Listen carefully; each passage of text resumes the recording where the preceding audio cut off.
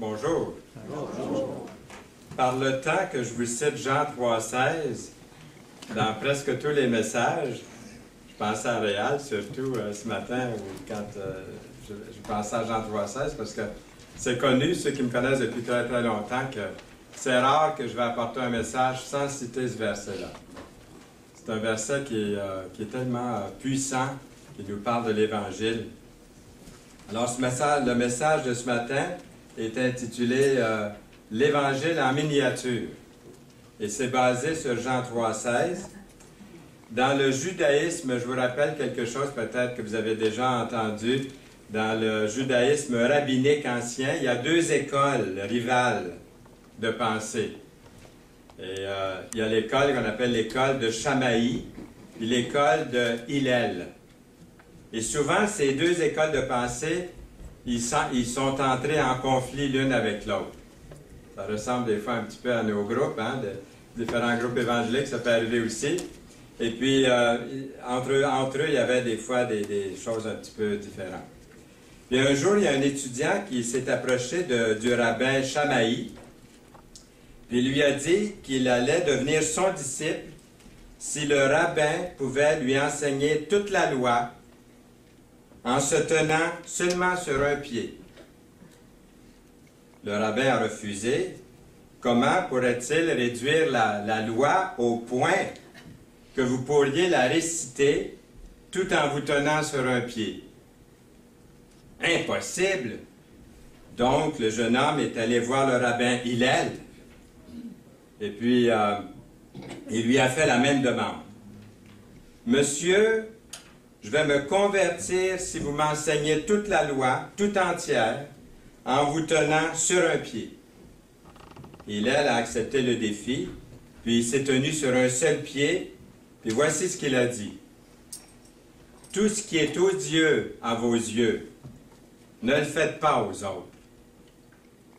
Telle est la loi tout entière. Le reste n'est que commentaire. » C'est pas mal, hein? C'est pas mal comme réflexion.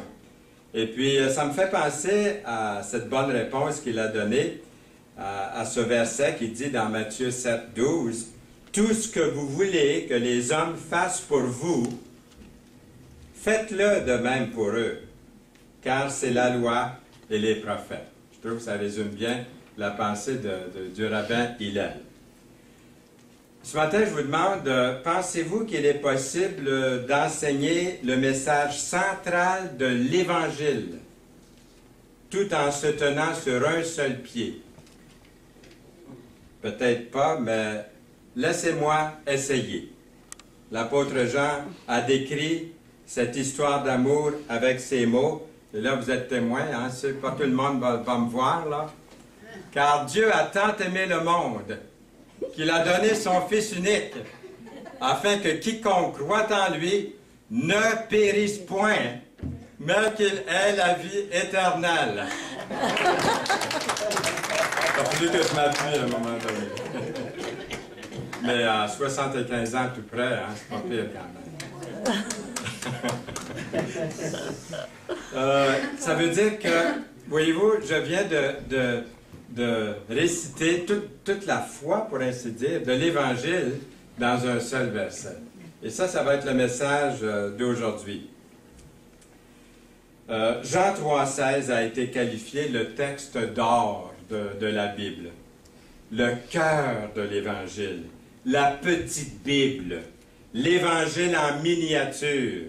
Et ce verset est le plus connu, le plus aimé de toute la Bible, par la plupart des gens dans le monde.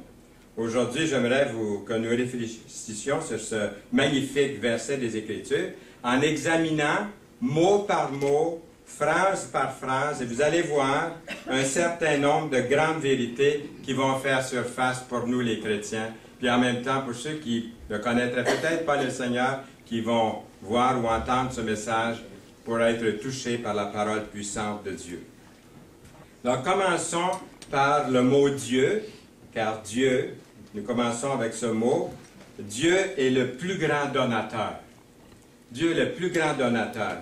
Il nous donne le soleil, il nous donne la pluie, il nous donne le blé couleur d'or dans les champs bientôt. Nous allons voir toute la nature se réveiller, les tulipes qui vont sortir au travers de la neige au mois de mars, après quelques petites tempêtes peut-être. Et à quoi ce personnage-là vous fait penser? Est-ce qu'il y en a qui ne connaissent pas ce visage-là ici ce matin? Générosité. Ah, l'antipode complètement de ça. Ça vous fait penser à quelqu'un bien de précis. Je n'ai même pas besoin de nommer son nom peut-être.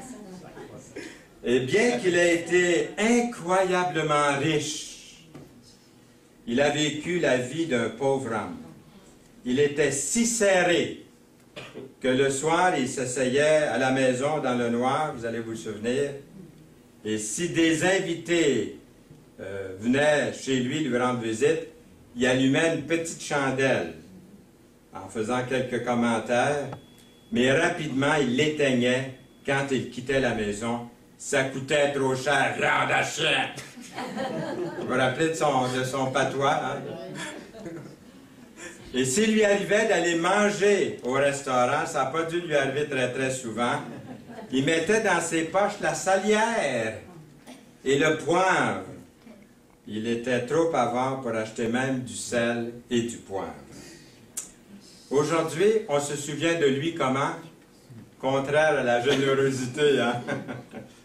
À cause de ce qu'il a empilé pour lui-même et non ce qu'il a donné. Mais Dieu, lui, est connu pour ce qu'il a donné. Il a donné de ce qu'il y a de plus cher, son propre Fils. Imaginez-vous, le Dieu Tout-Puissant nous donne non seulement l'air et le soleil, la nourriture et l'eau, toutes ces bonnes choses, mais Dieu a tant aimé le monde qu'il a donné, le plus grand donateur, son Fils unique. Dieu est le plus grand donateur. Ensuite, deuxièmement, a tant aimé. Ce qui nous donne, ce qui nous parle du plus grand amour. Du plus grand amour, a tant aimé. Dans la langue grecque, on mentionnait ce matin le grec, c'est intéressant ce que vous avez dit. Il existe 4 différents mots liés à l'amour et nous allons voir ça rapidement. Le premier mot, c'est Eros, qui nous parle de l'amour romantique, l'amour physique, la passion. C'est le mot pour désigner toutes ces choses-là. Et puis, on ne le trouve pas dans le Nouveau Testament, ce mot-là, le mot Eros. Ensuite, il y a le mot storge, un deuxième mot pour désigner l'amour. En français, on a le verbe aimer, on a le verbe adorer. En anglais, ils ont like et love. Alors, I like my dog, but I love my wife. Hein? On peut faire une distinction entre les mots. Mais en français, on est limité un petit peu à cause de ça. Mais en grec, il y a plusieurs mots. Le mot storge qui est utilisé pour l'amour familial, l'amour entre parents et enfants dans la famille. C'est un dérivé du mot storge qui se retrouve seulement qu'une seule fois dans le Nouveau Testament. Et puis, je vais vous citer la référence, c'est Romains 12, verset 10, qui dit ceci. « Ayez de l'affection les uns pour les autres, comme des frères qui s'aiment » dans Romains 12, 10. Il y a aussi le mot « filio », et ça, c'est le mot Philadelphie vient du mot « filio ». Philadelphie, qui veut dire amour fraternel. C'est le mot grec le plus généralisé pour désigner l'amour. Il parle d'amitié, il parle d'affection. Il parle de relations étroites entre deux personnes. Et le verbe aimer, du mot filio, se retrouve dans le 4e évangile, là où il est question de l'amour de Jésus pour Lazare. Jésus pleura. Filio. Sur quoi les Juifs dirent, « Voyez comme il l'aimait » dans Jean 11, versets 35 et 36. Et finalement, il y a le mot agapé, c'est le mot le plus grand pour l'amour dans le Nouveau Testament. Un amour qui ne cherche pas à se venger. C'est l'amour de Dieu. Dieu est amour. Un amour qui est désintéressé. Un amour inconditionnel. Un amour qui aime même ses ennemis, qui aime les étrangers, qui aime tous et chacun. Et l'apôtre Paul écrit mais Dieu prouve son amour envers nous en ce que lorsque nous étions encore des pécheurs, Christ est mort pour nous, dans Romains 5, verset 8. Notre Père Céleste nous a aimés avec l'expression la plus grande de l'amour. C'est l'amour agapé qui se trouvait derrière la croix lorsqu'on lit 1 Jean 4, versets 9 et 10. L'amour de Dieu a été manifesté envers nous en ce que Dieu a envoyé son Fils unique dans le monde afin que nous vivions par lui. Et cet amour consiste non point en ce que nous avons aimé Dieu, mais en ce qu'il nous a aimés et a envoyé son Fils comme victime expiatoire pour nos péchés. Troisièmement, le monde, le plus grand nombre, le monde. Ce seul mot « monde » nous montre la largeur et l'étendue de l'amour de Dieu. Un amour qui ne connaît pas de frontières, un amour qui n'a pas de limite, qui est infini. L'infinie richesse de sa grâce, c'est l'amour de Dieu. Son amour ne se limite pas à une nation, son amour ne se limite pas à une race, ne se limite pas à aucune personne. Pour les riches, pour les pauvres, les instruits comme les ignorants. Il fait lever son soleil sur les méchants et sur les bons. Il fait pleuvoir sur les justes et sur les injustes. Nous lisons dans Matthieu 5, verset 45. Toute l'humanité est incluse dans l'amour de Dieu. La prostituée pouvait se demander, elle aurait pu se demander, est-ce que Dieu m'aime, moi?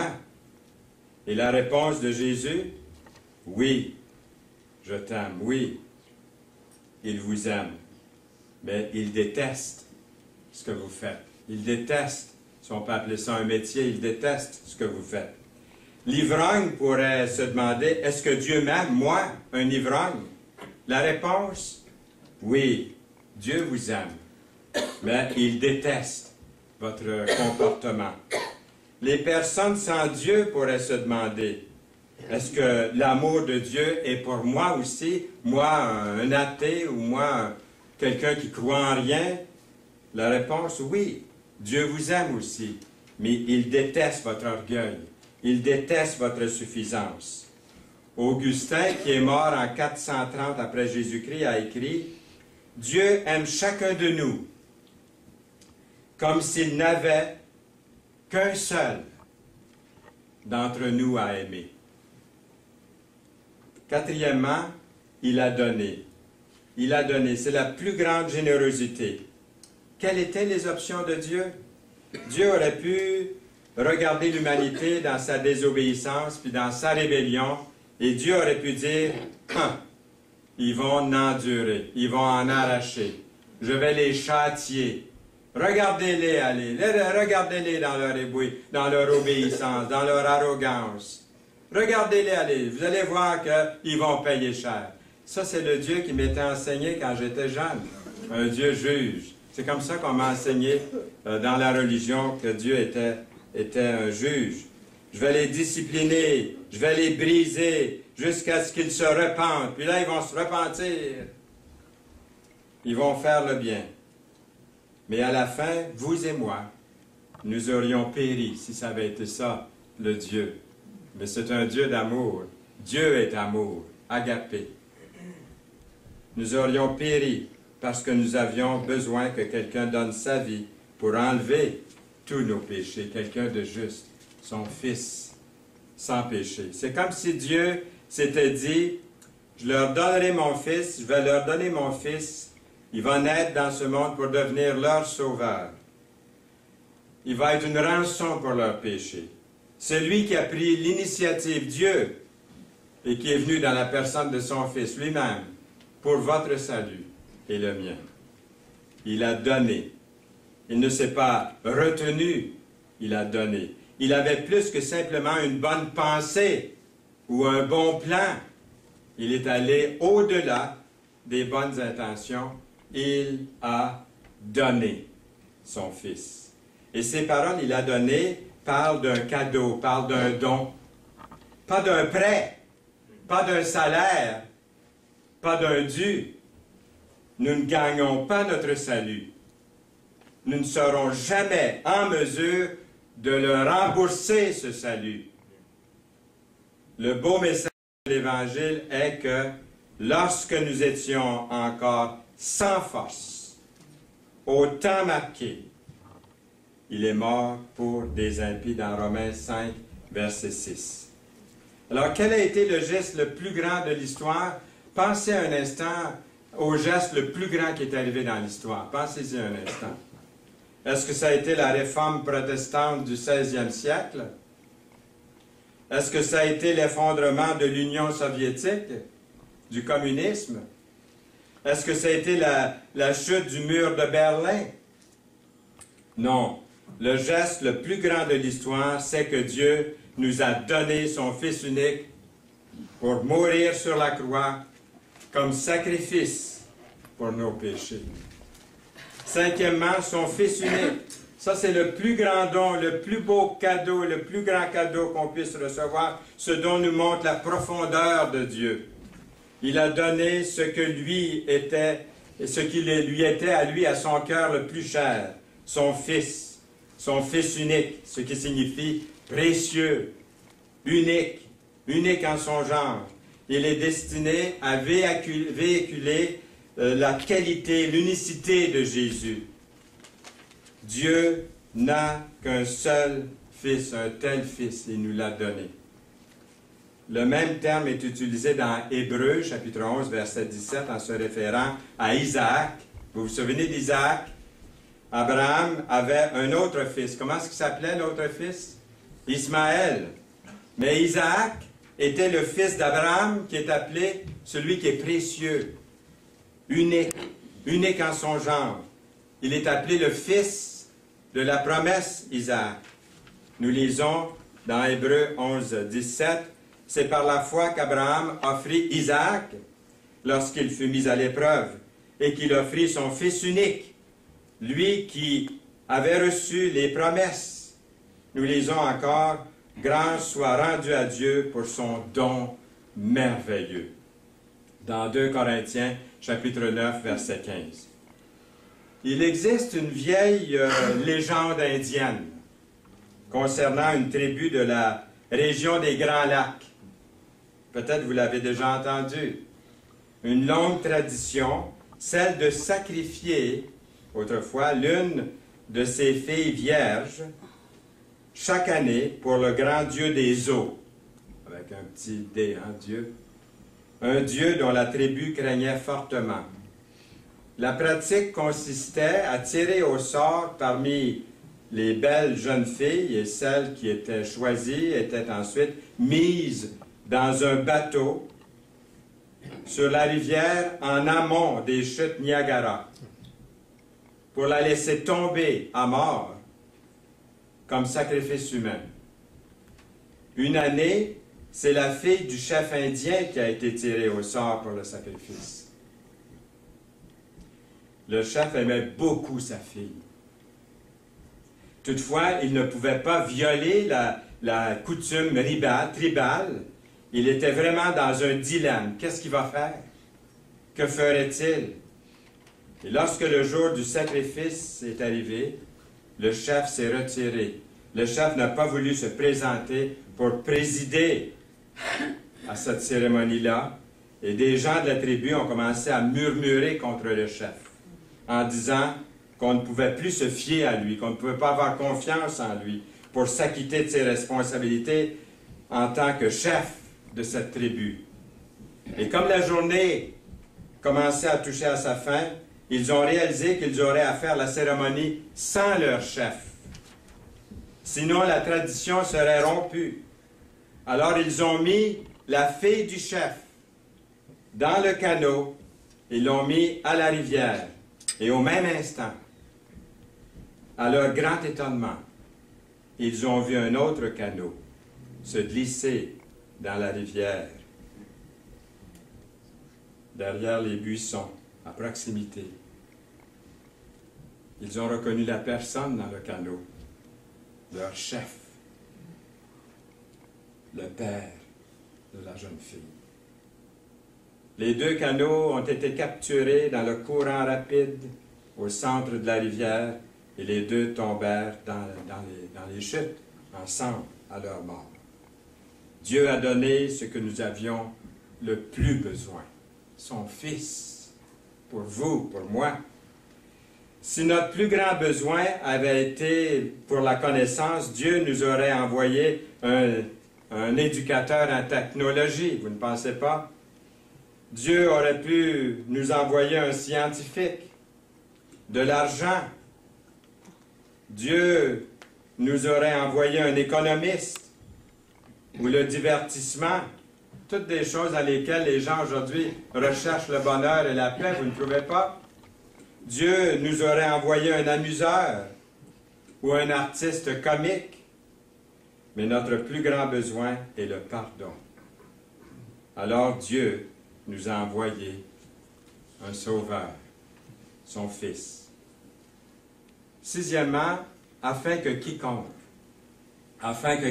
ça c'est la plus grande invitation, parce que tout le monde est invité. Peu importe, vous et moi, nous sommes invités. C'est ce mot qui signifie que moi, la personne à côté de moi, devant moi, derrière, en haut, en bas, partout, dans la rue, de l'autre côté de la ville, le pauvre homme, le riche, le boulanger, le commerçant, tous sont conviés, sans exception.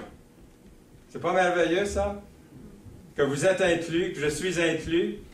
Peu importe votre nom, peu importe qui vous êtes, Dieu vous aime d'un amour infini. Vous dites, oui, mais je ne sais pas ce que c'est l'amour. Je n'ai jamais connu l'amour. Il n'y a personne qui m'aime. Il y en a un qui vous aime d'un amour tendre, d'un amour vrai, d'un amour infini. C'est pas merveilleux de penser à ça? Que vous êtes aimés.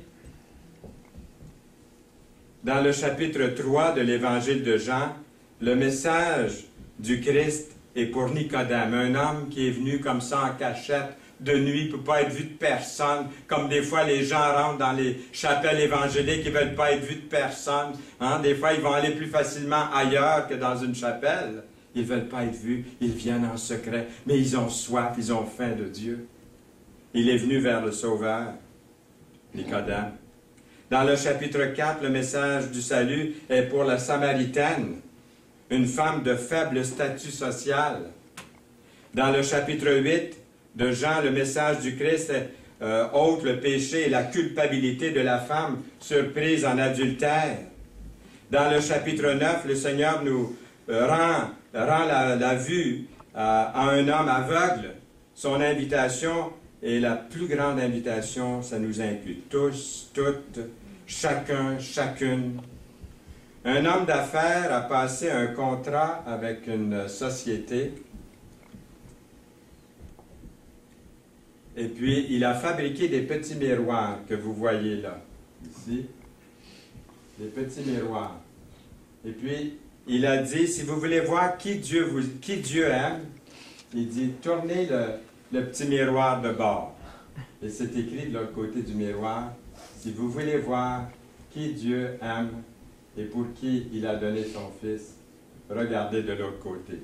C'est écrit là, et puis quand vous tournez le miroir, vous apercevez votre visage.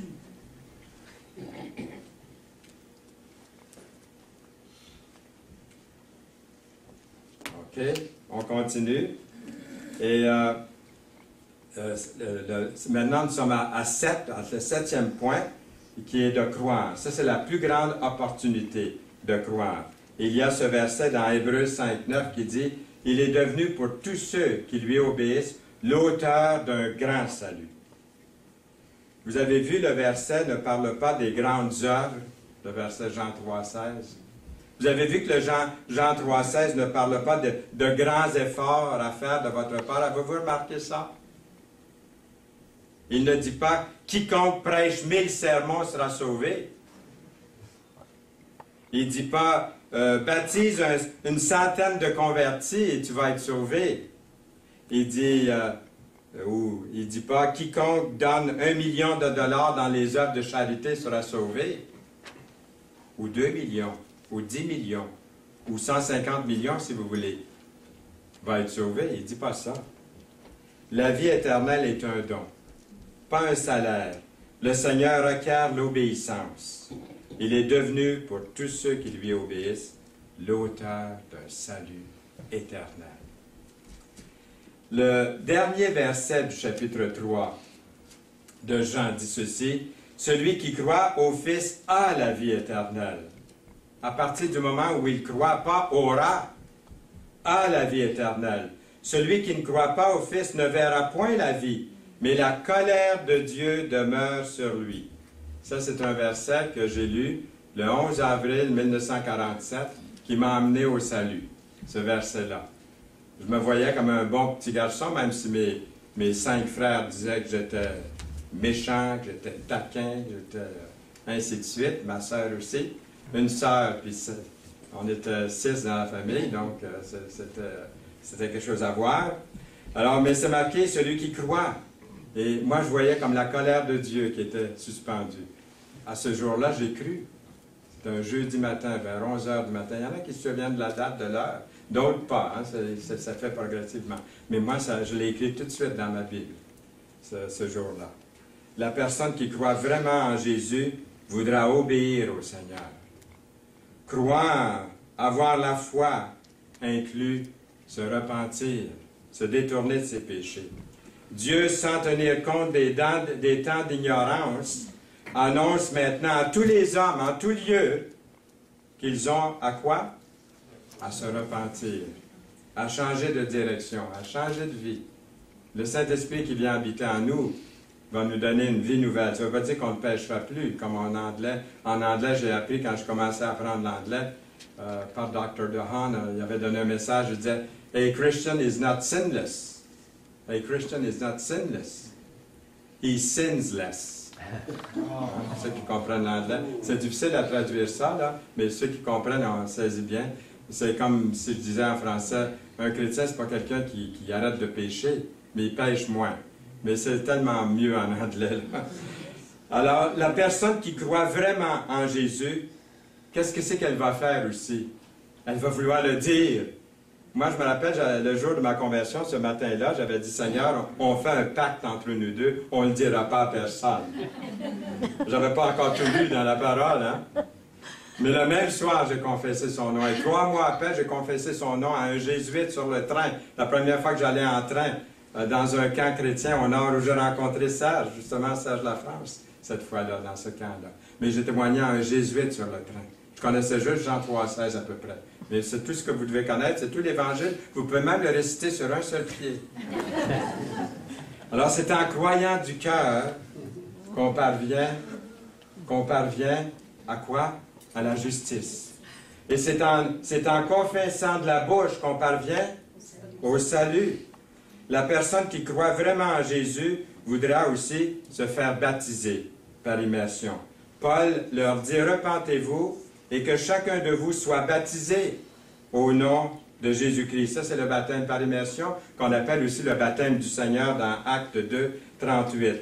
En fait, le baptême est présent dans Jean 3, avant et après le verset 16 de Jean 3, 16, à savoir les versets 5 et aussi les versets 22 à 26 du même chapitre. C'est un acte de foi par des œuvres méritoires pour le salut? Non. Le baptême n'est pas une œuvre méritoire pour le salut, mais c'est ce que nous pouvons faire. Nous ne pouvons rien faire pour le salut, mais c'est une action d'amour envers Dieu. C'est un geste d'amour de confesser son nom. C'est même un fruit de l'Esprit. Nous sommes vraiment régénérés, donc on veut le confesser, on veut le dire. Notre vie change. Ce qu'on aimait, on ne l'aime plus. Ce qu'on n'aimait pas, on aime. Notre vie est complètement changée par la grâce de Dieu. Nous lisons justement à propos de la grâce, c'est par la grâce que vous êtes sauvés, par le moyen de la foi. Et cela ne vient pas de vous. C'est quoi? C'est le don de Dieu, gratuit de Dieu. Hein? D'ailleurs, c'est marqué gratuit. C'est le don de Dieu dans Éphésiens 2:8. Vous vous rappelez l'histoire du serpent d'airain? C'est justement dans le chapitre 3 de Jean aussi, les versets 14 et 15. Au long du long séjour dans le désert des Israélites, il y a eu de nombreuses occasions quand les Israélites sont devenus tellement impatients, tellement mécontents, tellement choqués même, enragés contre Dieu, puis ils ont commencé à critiquer, ont commencé à se plaindre. Ils mangeaient toujours la même chose, la manne qui tombait du ciel, qui avait un goût de miel ou qui avait d'autres goûts, qu'on pouvait la prêter différemment. Mais ils étaient tannés d'en manger. Ils ont critiqué. Puis à une de ces occasions-là, Dieu s'est choqué contre les Israélites. Est-ce que ça arrive des fois que Dieu se met en colère? Une sainte colère, hein, c'est ça? Et puis, il leur a envoyé des serpents venimeux dans le désert, jusque dans leur camp, jusque dans leur tente. Vous pouvez voir le chapitre 21 des Nombres pour avoir tout le contexte, toute l'histoire au complet. Il y a beaucoup de gens qui ont été mordus. Ils étaient mordus par des serpents venimeux, puis ils mouraient. Ils mouraient. Et l'Éternel ordonne à Moïse de placer un serpent en métal, un serpent d'airain ou de bronze, sur une perche. Et lorsque quelqu'un sera mordu par un serpent venimeux, il n'aura qu'à se détourner et regarder le serpent d'airain sur la perche. Même s'il est loin, il regarde dans la direction, parce qu'il y avait beaucoup, hein, des milliers, peut-être 1 million, 2 millions, je ne sais pas combien, ils étaient dans ce désert, ils étaient très, très nombreux. Peut-être comme la population de la ville de Montréal. Je ne sais trop les chiffres exacts. Mais lorsque quelqu'un serait mordu par un serpent, n'importe qui, il peut regarder dans la direction du serpent d'airain. Et le Seigneur a promis qu'il serait guéri, qu'il ne mourrait pas. Jésus annonce que cet épisode de l'histoire d'Israël est une figure qui annonçait sa mort dans le chapitre 3 de Jean. Celui qui croira, qui placera sa confiance en moi, dit Jésus, une fois que j'aurai été élevé à la croix, ne périsse pas, mais qu'il ait la vie, une vie nouvelle, une vie éternelle, une vie de délices et de paix dans sa présence, puis déjà sur cette terre, l'assurance de lui appartenir, d'avoir cette vie. Et si vous mouriez ce soir et que vous vous retrouveriez à la porte du ciel, et qu'un ange de Dieu à la porte du ciel vous demande « Pourquoi devrais-je vous laisser entrer? » Qu'est-ce que vous lui diriez? Écoutez, j'ai été une bonne personne. Je faisais pas mal à personne. Il y en avait des pires que moi. Dans ma rue chez nous, là, il y en avait des pas mal pires que moi. J'étais probablement la meilleure personne. J'étais gentil, attentionné de mes voisins. J'ai donné à des associations là, de bienfaisance beaucoup. J'ai donné. Est-ce que vous diriez plutôt à l'ange qui demande pourquoi je vous laisse rentrer, vous diriez plutôt le Fils de Dieu, son Fils unique, est mort pour moi, pour mes péchés. Et j'ai mis un jour ma confiance en Jésus. Est-ce que c'est ça que vous diriez? Est-ce que c'est ça que vous pouvez dire ce matin? Si quelqu'un ici ne pouvait pas dire ça, là, dites-le tout de suite. Venez au Seigneur immédiatement là où vous êtes. Par la foi, vous dites, ça se fait si vite que ça? Oui. J'ai vu la naissance de notre fille Nicole, puis je vous dis que ça se fait vite. Hein? Il y a 9 mois de préparation, mais quand le bébé arrive, là, on ne lui dit pas « attends hein? ». C'est le temps. Hein? Ceux qui sont mères, ils savent ça. Les pères aussi, ceux qui ont vu, là, ils savent. 8. Numéro 8, en lui. En lui, c'est la plus grande personne. Non pas croire dans le premier ministre, même s'il est bon, puis il est beau, puis il est frisé. C'est pas notre confiance, on ne met pas dans un premier ministre ou dans un gouverneur, ou quel que soit son nom, ou en Bouddha, si vous aimez mieux, ou en Mahomet, ou en Joseph Smith, ou en d'autres. Jésus-Christ est le plus grand personnage qui ait jamais vécu sur cette terre. Même les plus grands maîtres de ce monde croient qu'il était le plus grand maître. Même ceux qui ne croient pas en lui, ils croient qu'il était le plus grand maître. Oui, Jésus, oui, oui. Ils vont avouer qu'il était extraordinaire. Il est extraordinaire. Il l'est toujours, qui nous a été donné, qui a vécu sur cette planète. Les plus grandes encyclopédies dans ce monde disent de lui qu'il a influencé l'humanité plus que n'importe qui d'autre qui ait jamais vécu sur cette planète. Avant la mort de H.G. Wells, un réputé historien, dont sûrement vous avez entendu parler. On lui a demandé quelle était la personne, d'après lui, qui a laissé la plus grande impression, la plus grande influence permanente dans l'humanité. Puis il a répondu simplement, Jésus arrive en premier. Personne d'autre ne se compare à la grandeur de Jésus, à l'influence de Jésus dans le monde. Socrate a enseigné pendant 40 ans. Oui, Socrate a enseigné pendant 40 ans. Platon a enseigné pendant 50 ans. Aristote a enseigné pendant 40 ans. Cependant, Jésus a eu une influence plus durable. Il n'a enseigné que pendant 3 ans. 3 ans. Jésus n'a pas laissé de portrait de lui-même. Pourtant, certaines des plus belles peintures ont été réalisées par Raphaël, par Michel-Ange, par Léonard de Vinci. Jésus n'a pas composé de musique.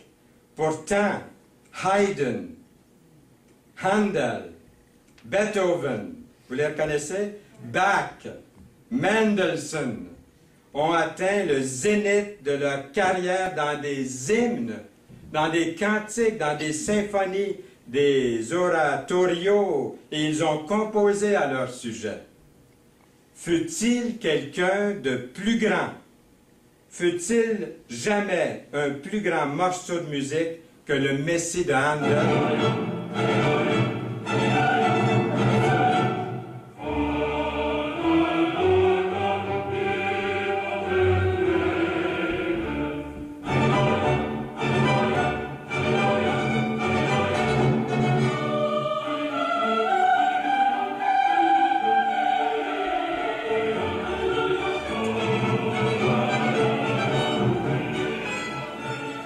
Je voudrais qu'on prenne 1 heure à écouter de la musique comme ça, là.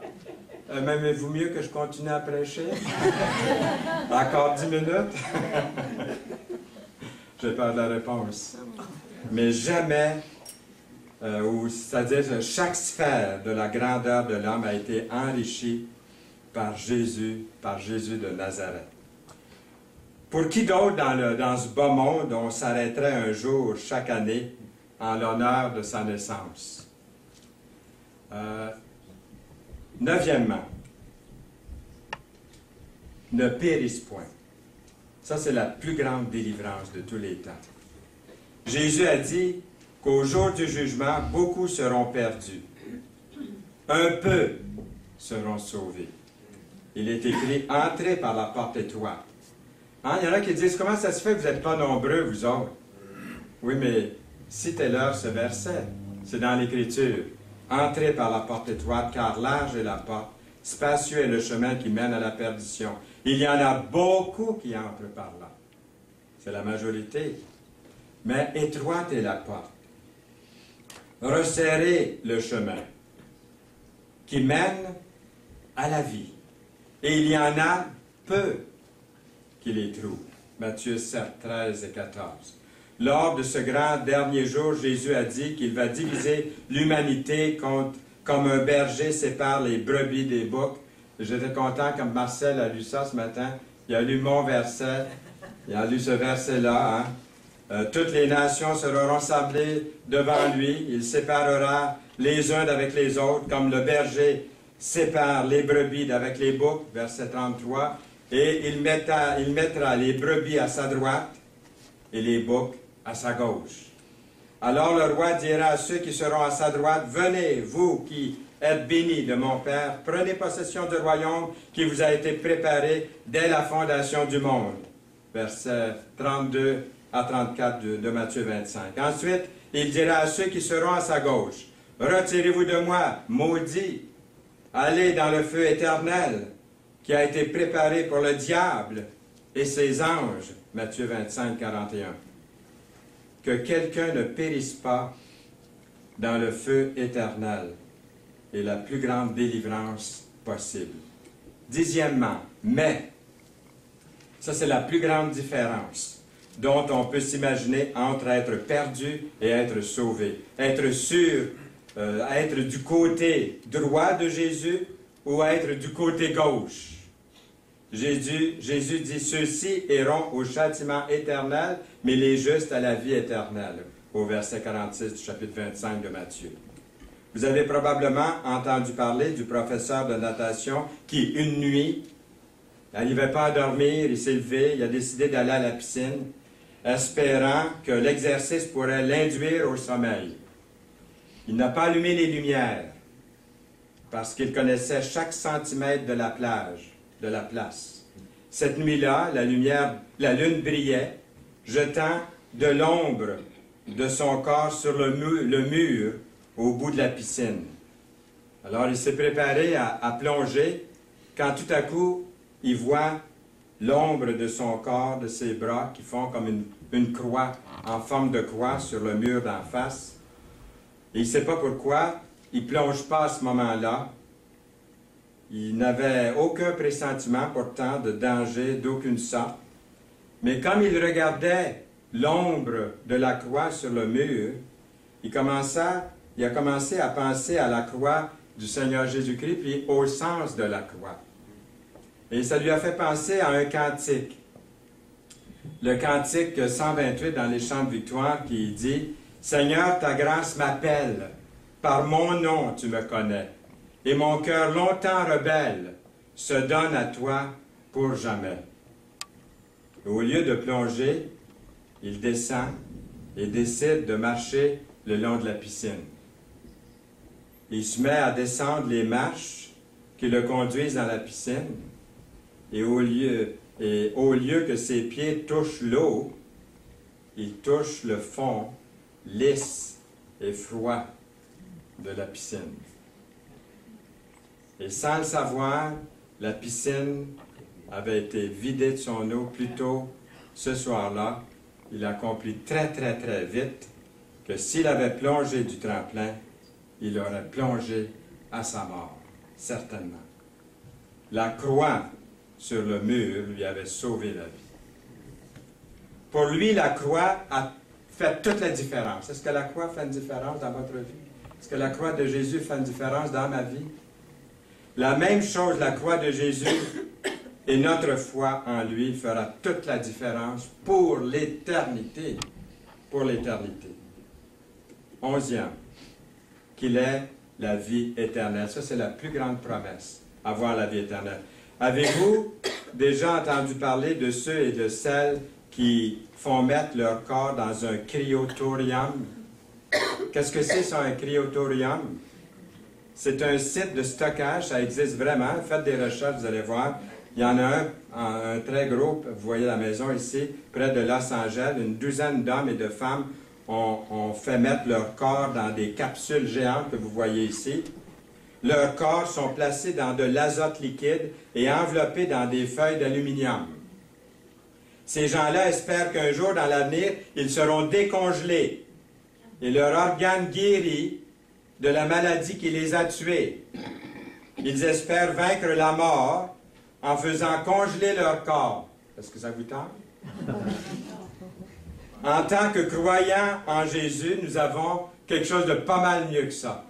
Nous avons une espérance, nous avons un espoir de meilleure qualité, de meilleure garantie, une plus grande promesse. Qu'est-ce que nous avons? La vie éternelle, une existence qui ne se termine pas. L'éternité est pour longtemps. Est-ce que je vous apprends quelque chose? C'est pour toujours, interminable. Le ciel, d'après les Écritures, est un endroit d'une beauté rare. Moi, je lis souvent ce chapitre 21 et 22 d'Apocalypse. Ma fille, notre fille Nicole, 2 semaines avant de mourir, elle m'a dit, Père, est-ce qu'on peut aller à la petite chapelle de l'hôpital général de Montréal? On s'est rendu là. Dans la petite chapelle, elle a dit donne-moi un sermon, fais-moi un sermon. Phew. Alors je dis, sur quoi tu veux que je te prêche? Elle a dit, prêche-moi sur le ciel. Et là, j'ai pris le chapitre 22. J'ai lu ça. On n'a pas les paroles pour savoir comment ça va être beau. Une existence sans fin. Nous obtiendrons tous un corps nouveau. Je ne sais pas qu'est-ce qu'il va me donner comme corps, hein? Ça va être super, hein? J'imagine, ça va être extraordinaire. Le vôtre aussi, si vous appartenez au Seigneur, hein? Il n'y aura pas de compétition.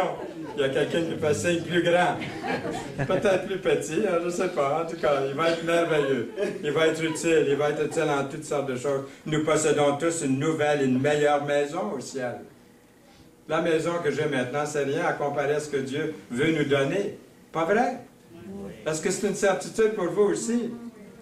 Une nouvelle demeure beaucoup meilleure pour l'éternité. En conclusion, car Dieu a tant aimé le monde qu'il a donné son Fils unique, afin que quiconque croit en lui ne périsse point, mais qu'il ait la vie éternelle.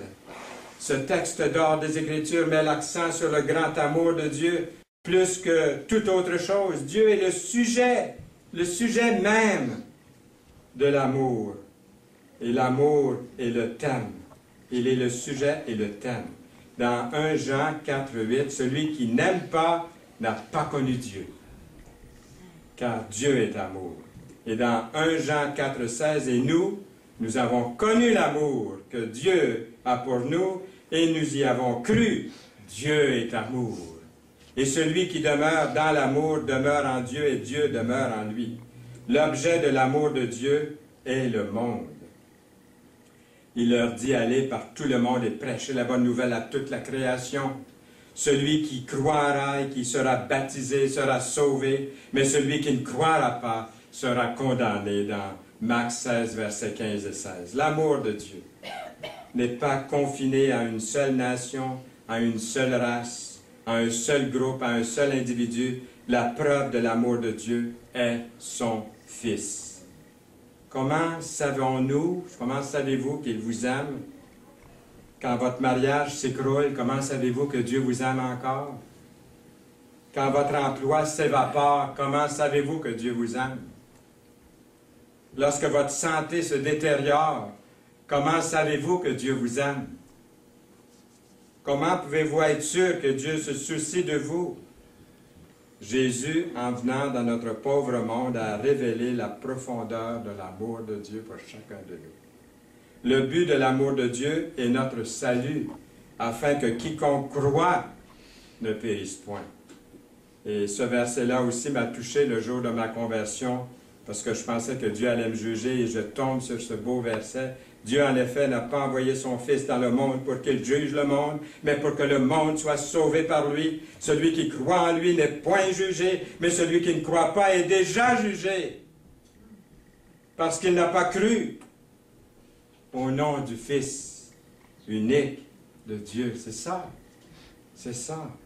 Jean 3, 17, 18. Chaque fois que je prêche la parole, j'aimerais tellement ça que quelqu'un soit sauvé.